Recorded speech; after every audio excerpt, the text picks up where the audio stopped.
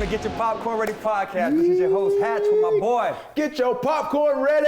Yes, Yeah. sir. We are in the building. I'm T.O., and we have a very electrifying guest. We got a true 4-3 in the house. A 4, right? 4, you ain't never in a 4-2, right? 4-2, yeah. You 4-2? Yo, you 4-2? I'm 4-2? You gotta correct that. Yeah, that 4-2. It's like that. Oh, it's right now? like You 4-2 right now? I'm low 4-3 for sure. Oh, well, I'm You pushing that too. You 4-5. No, He fought, sir. yeah, there's only 2 4-3s. That would be me and you, DJ. But we done started, hey, we 4-5. starting this show off really right then. Because I'm 4-4 at least, and I may be pushing a 4-3. Okay. I may be pushing a it's still 4-3, like that? given the See, competition. I'm always for you. You know, I always show you love. You know, I seen you ran it. I don't know what the time was. I think the time was a little off. Hey, I gave you credit because you're the big homie, you the OG, and I'm always on your side. That's respect. for sure. Like I told people. Shit different. No, I get you. Like I told people, unofficially, Right. it Yeah, said for sure. 4-3, whatever. But sure. at the end of the day, I'm realistic about mine. So realistically, you think you can beat me? Yeah, Realistically, that's what I'm saying. Realistically, I think I might. I believe I might. there's too I'm many- telling you, I believe I can beat Hey, you. my money I on love DJ. that. That's My the money. competitiveness in you, though, man. I See, believe it. So can I get that bet? But Can I what? get that bet? No, if he want to race, it's a bet. I'm betting with DJ. But if he races, he has to I don't commit turn to down it. no smoke. I'm just curious Thank if you you. wanted to, you know. This is Long Beach that Polly out, in the man. house. He ain't turning down no smoke. Okay. So That's there it the is, ladies and gentlemen. realistic side. This is gonna be the Christmas race. It's gonna be November. I can't December. wait. We're gonna save this for the I holidays. can't wait. all We're not good. here to talk about me. We're here to talk about you. Yes, sir. Yes, sir. Jack. So again, you're not officially retired yet, right? Not You're kinda officially still retired. staying Yeah, ready. We still testing the waters, you know. Okay. We still staying ready in the gym, you know, on the field, whatever you want to call it. But you know, it's like I was telling, you know, my brother, it's the first time been able to really like just take time for myself, my kids, you know, and just really, you know, take time be for a normal me. human. You know what I'm saying? Yeah, take time for me, because I think, you know, a lot of people don't realize the responsibility of being a professional athlete. You know, even them 2 to 3 months you got off, you still tuned in to say, I can't really let myself slip, because if I take 3 months off, Right. it ain't Somebody gonna be, else- you feel what I'm saying? So it's like you really only taking a month off, if that. If that. And depending on how your previous season went, you know, you might feel like, man, forget Just that. get right now. I'm going Yeah. straight in. And so for me, it's really been able to give my time, you know, just peace, man. And, I've been loving and enjoying it, bro. So obviously I would say you can say in the back end of your career. Right. You know what I mean? How many more years would you like to play, according to you? Mm-hmm. And then, because you know, like I said, GM, scouts, owners, they assess you. They're gonna try to say, okay, well, he's older, he can't do X, Y, Z, or what have you. right. You were just here in Los Angeles, and then you obviously went over to the Raiders. Mm-hmm. Give us a little insight of what really happened or didn't happen, why you couldn't mesh here with the Los Angeles Rams. Well, I think the biggest thing, you know, me being 35 and, you know, just completing my 14th season last year, in all hindsight, I think, you know, another 2 to 3 years of playing ball and giving my full to the game, just knowing like, all right, this is my last run. Let me give it the most I can, because I feel like when you playing and you at your peak and you getting all the success, you know, you enjoying it. You're not really looking at it as like, damn, this might come to an end.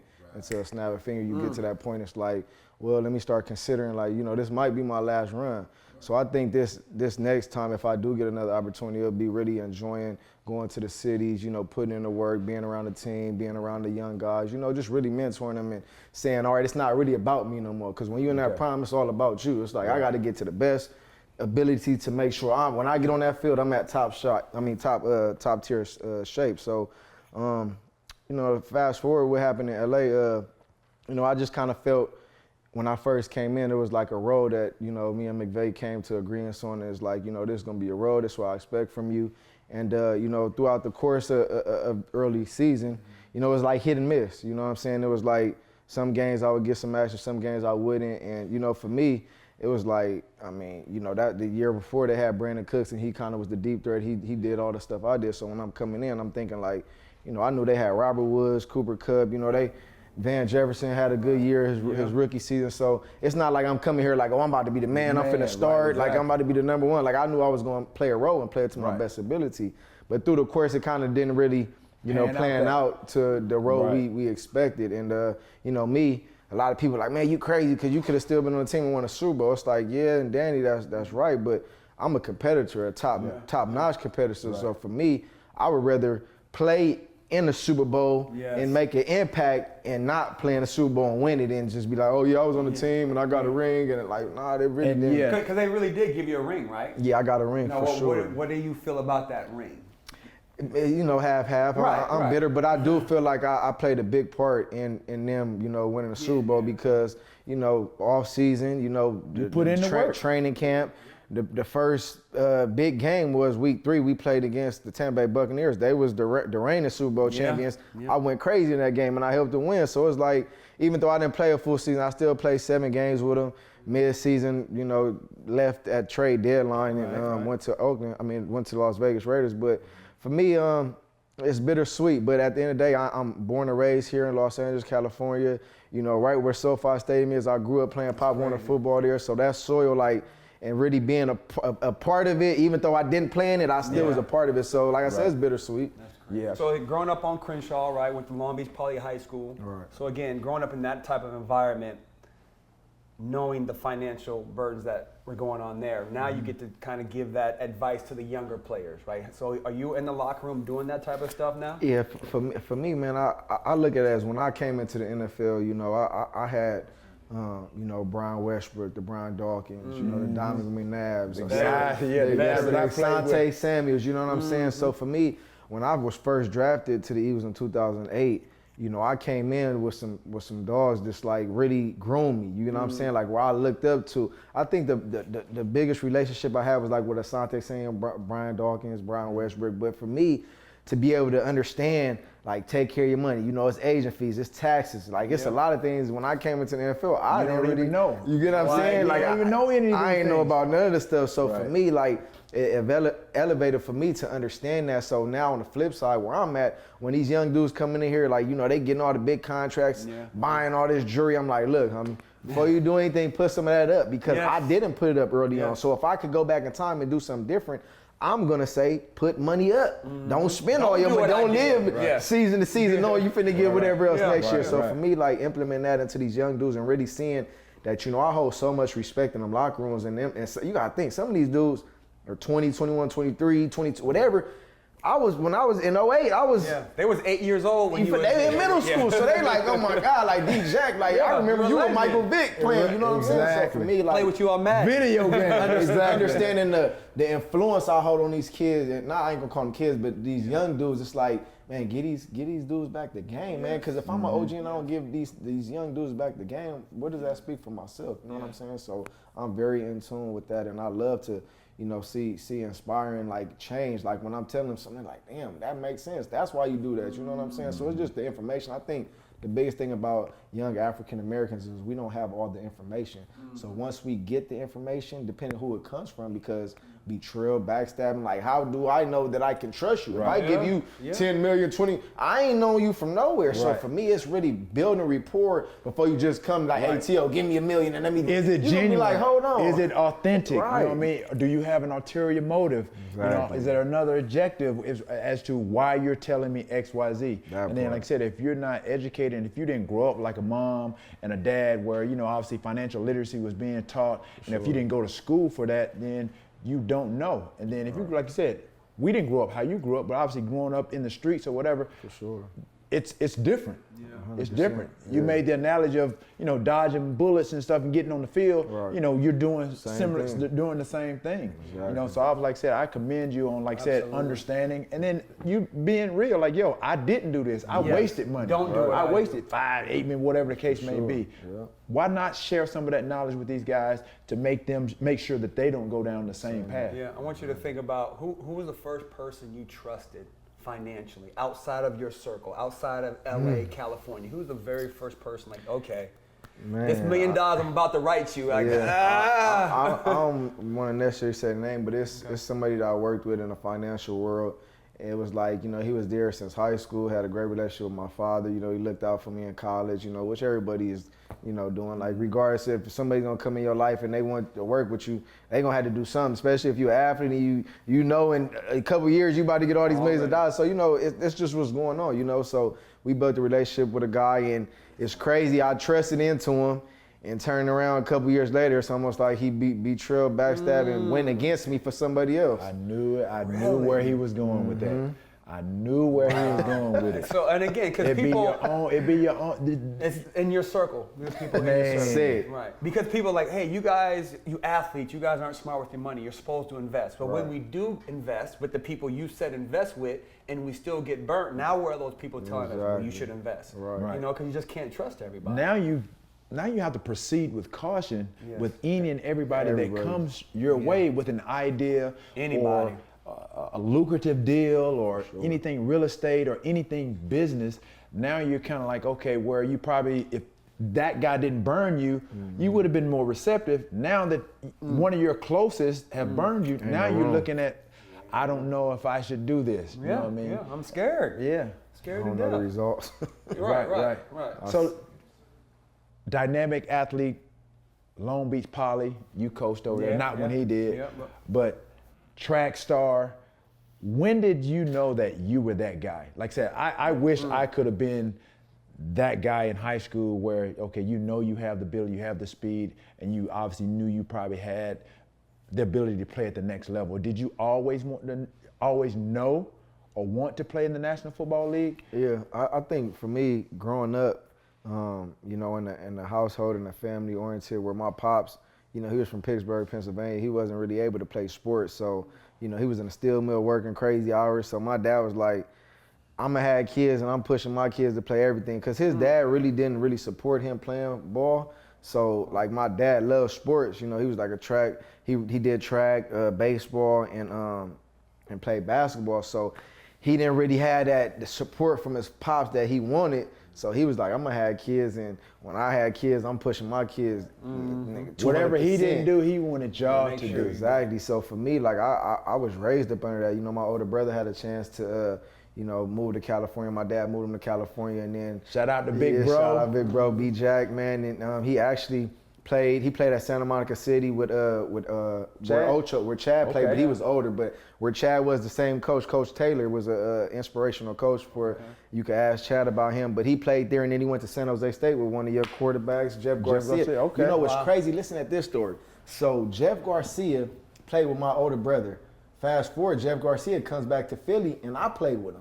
Wow, that's right. Yeah, remember he came back. year. Yeah. He came back. That's crazy. And I played with him. So it's like, That's man, funny. just being able to play with Jeff Garcia, somebody you play with, my brother played with, and I played with, it just, man, it's crazy how the world sports comes full circle. Like you looking like now dudes, I done played with they sons is playing, like Asante Sam, his son is a baller. playing, Like at the all Chargers. these dudes' son is like, man, Antoine Winfield's son. It's like, it's crazy, bro, because it's just like, it just keep turning, bro. Yeah, that's funny. Now you got kids? I do. I got two boys, man. Is this going to be the goal? Maybe, like I said, are you going to push them in the direction or push them away from? It's crazy pro how my sports? son, my oldest man, is DeSean Jr. Man, it's crazy. How old is he? He's 6 now. He's about to be 7 in October. But it's crazy how he's been around me and watching me play football, and it's like he's young. So I'm like, I want him to play right, but I'm like, his first year I wanted him to play flag. Right. So this past off season when I haven't been playing, he's been with me a lot. I've been training him, going to the park, and it's like this dude is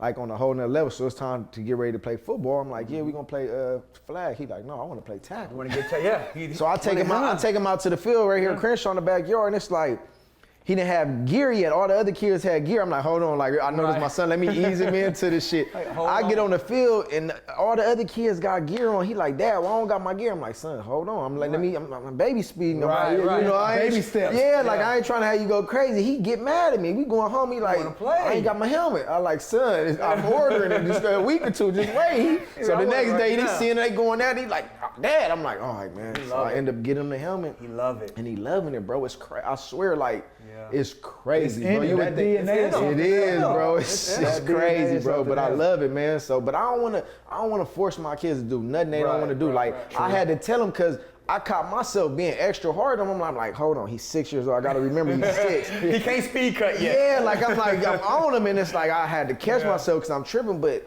I seen him like he went home because I'm filming everything and I give it to him on his iPad and he's going through it, watching everything, and he watching the video and he just like start breaking down, like crying. And he like, I'm not doing what you want me to. I said, son, don't try to impress me. Right. Like, you'll get it. Like, just take your time with this. But he's like, he wants to impress me so bad. I'm like, son, you don't got to do it if you don't want to do it. But if you're going to do it, I'm going to be on your ass. Right. And it's just like, man, How did that make you feel, though? I mean, like I said, him breaking down, him Watching, wanting, he's seen you. That's the Exactly. thing. He's trying to mimic everything that you've done, and now you're telling me he's seeing that he's not doing it.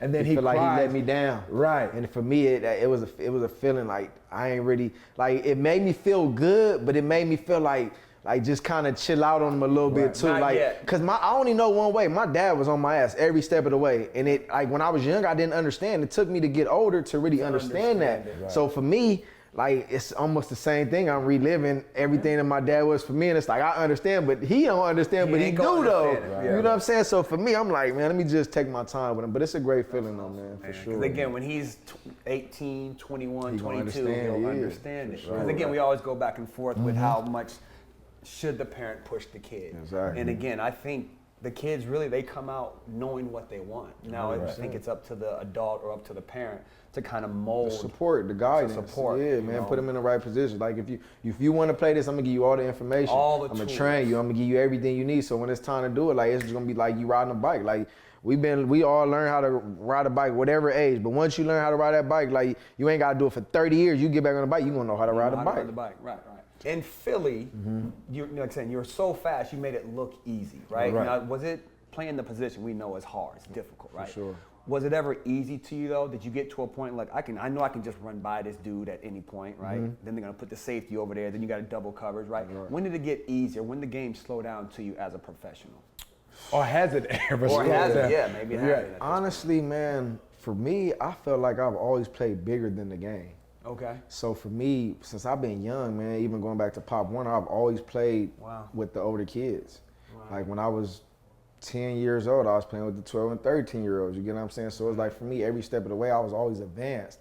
So when it was time for me to go to high school, I was already advanced. That's why I played varsity as a ninth grader at Long Beach Poly. When you had all these Herschel Dennis, Mercedes Lewis, Darnell Beans, the list goes on and on, you know? So for me, when it was time for me to go to college, I already was, I was already advanced. So I'm as a freshman, I'm starting, I'm coming in, going versus juniors and seniors, just about to go into the league. And then when I came into the NFL, it was like I started right away. We had Reggie Brown, Kevin Curtis, Hank Baskett, Jason Avant.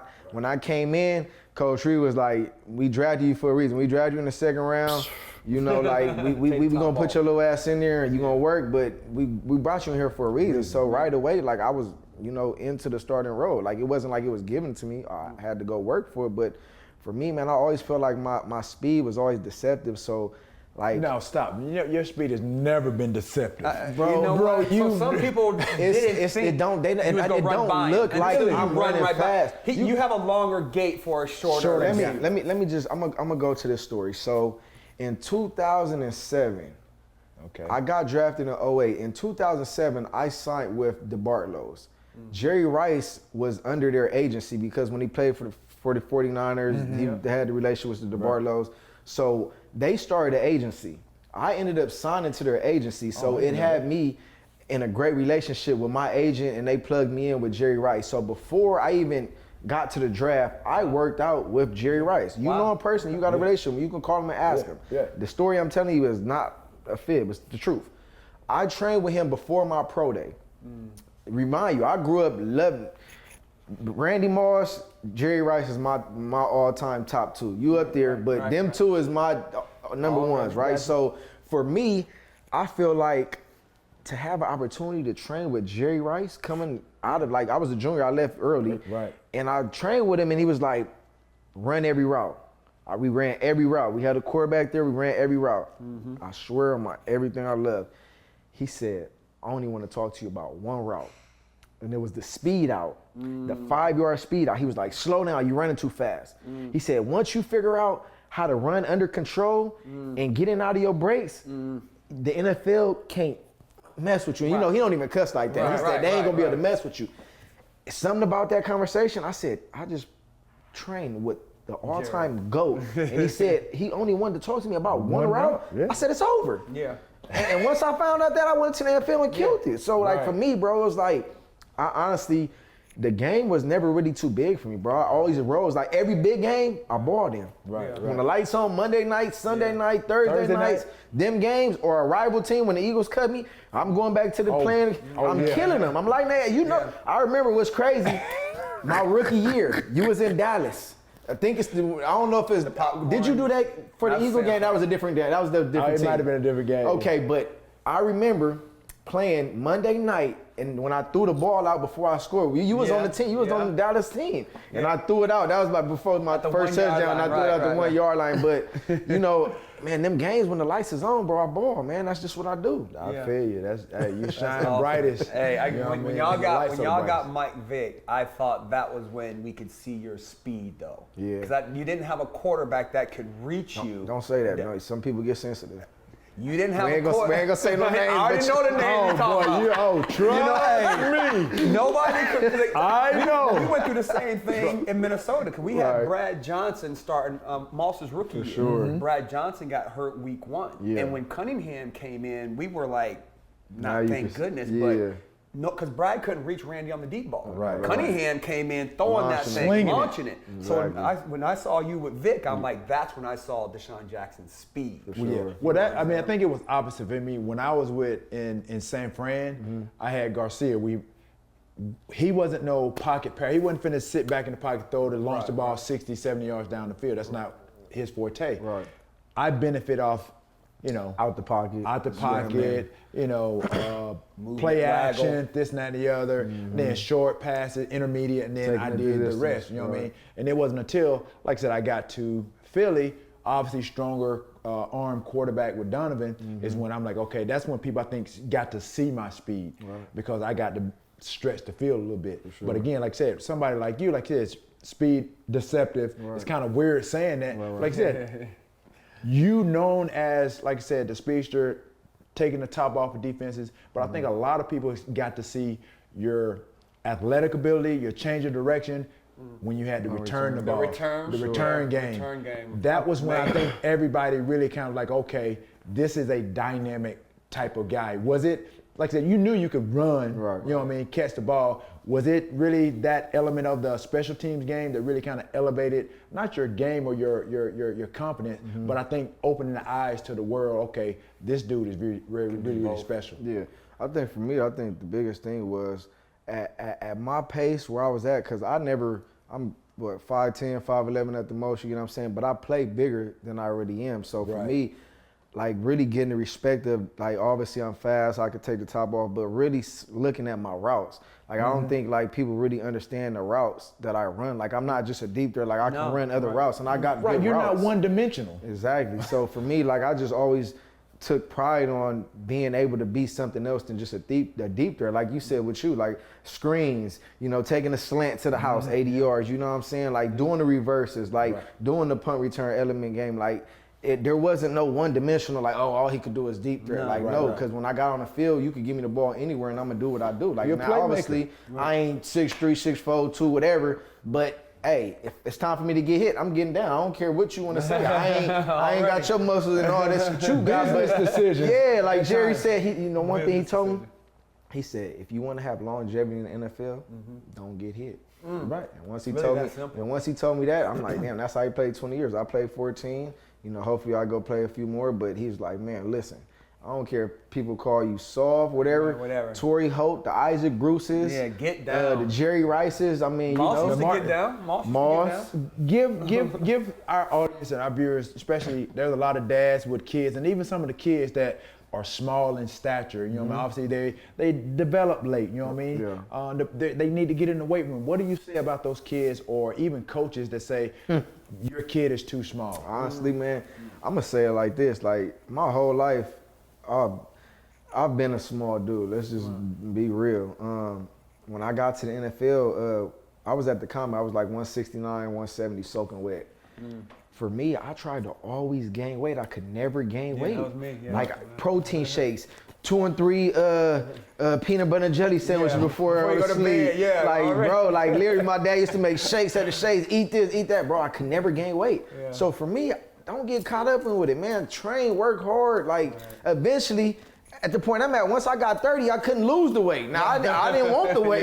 Now, when I started getting 30, it's like the weight staying. I'm like, no, like, why did it come when I was 24, 25 when I wanted it? Now I don't want it. This shit stuck with me. Right. So it's at the end of the day, man, just train, man. And with the weights is cool, but man, calisthenics, man, do body weight. Like, don't stunt your growth. Because if you, all these kids doing this body, all this 13 years old, back hinched over. And if you're going to do it the right way. Right. So I just encourage the people at home, like, if you train your kids and they're doing weights, make sure they're doing the right technique, man. Because, you know, my stepson just sent me a video. He's 13, man. He sent me a video and he in the backyard hunching over. I'm like, what are you doing? Right. Like, you're going to hurt yourself. You're going to hurt yourself. If you're going to do it the correct way. Yeah. Flexibility is way more important. Yeah, because I got a friend of mine, you know, his son is a senior in Tennessee, and, you know, some of his, you know, he's been the dad, you know, obviously talking to a lot of coaches, this and that and the other.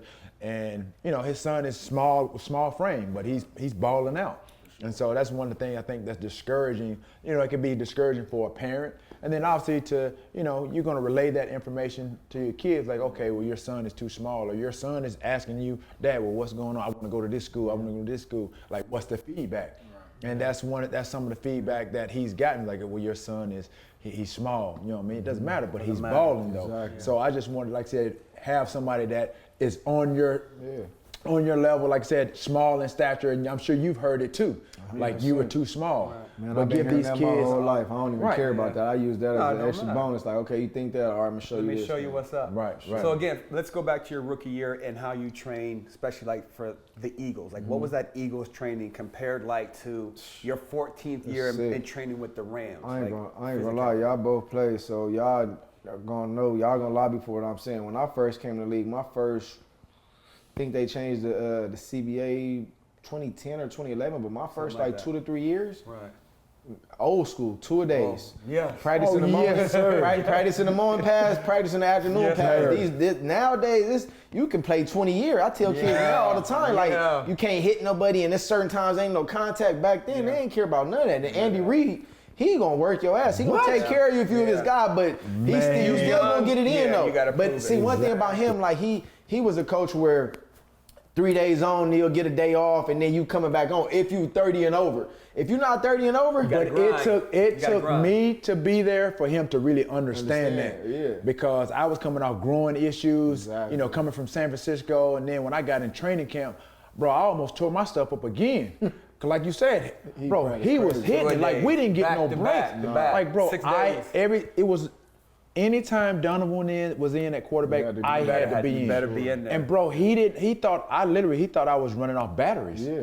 Bro, like if it was a go route, if it was an over route, was Marty Morning there the year you was? Brad Childress was there. He was there. So Marty, you wasn't with Marty Morning. Well, I was with Marty in San Francisco when he was younger. Right. Yeah. So man, it took him it took Rick Burkholder, the trainer, to let him know, like, look. Like, he's older, like, yo, you can't. It's just like I'm like exactly. I'm like, you know, those guys. That Ferrari. See, I'm the Ferrari. See, he could be the horse. I'm the Ferrari. He could be that. You start up the engine. But the horses and the horsepower is from the horse. Right. Exactly. You're the muscle. Exactly. So he had to, man, really, literally, man, we had to talk to him, and I'm like, yo, he's about to run me in the ground. It's like, yo, you have a good product. Like, I came over, Philly wanted me. I wanted to be there. We had something special going, but man, those training camp, those days in Lehigh, bro, he almost put me on the shelf. So you know, it's crazy. I gotta speak on that because you tell Lehigh.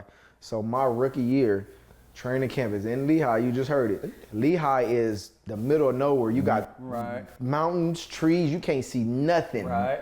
When I tell you my first training camp, it was practice number 1. And I'm sitting there, when the rookies, before y'all came, we had rookies. It was like 3 or 4 receivers, 1 quarterback, a few players, and then we going versus defense. I didn't have no sub. Every play. I'm going play after play after play, bro. I swear, mid-practice, we ain't even full done. Mid-practice, I'm sitting there, and you could just visualize this. I'm sitting there, all I could see is the mountains and looking at all them trees.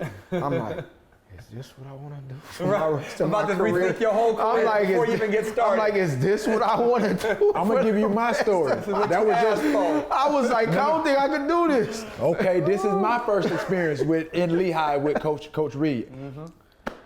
I come from San Francisco, you know, where they take breeze. Y'all wasn't doing everything. that. But then, like I said, during practice, like we didn't tackle. I mean, we thudded this and that and the other. You didn't go to the ground. So my first practice, right? Okay, we get in our drill. I run a slant. So I run a slant, and you know, I'm finna just turn up field. Bro, they came to me like that. Bro, they tackled me, bro. I'm like, yo, I looked around, I said, what are we doing? Hey, we doing this. That's what we doing. I'm like, we tackling?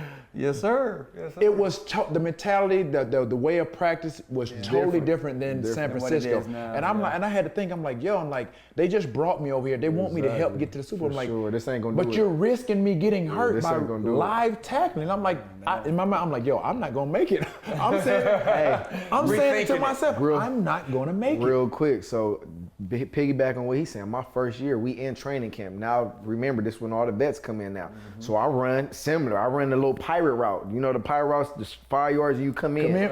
Our 5 yard came in. Donovan threw it. I catch it. I look up. Coming to Guess who did it? Brian Dawkins. You trying to kill me. You know, he turned into Weapon X.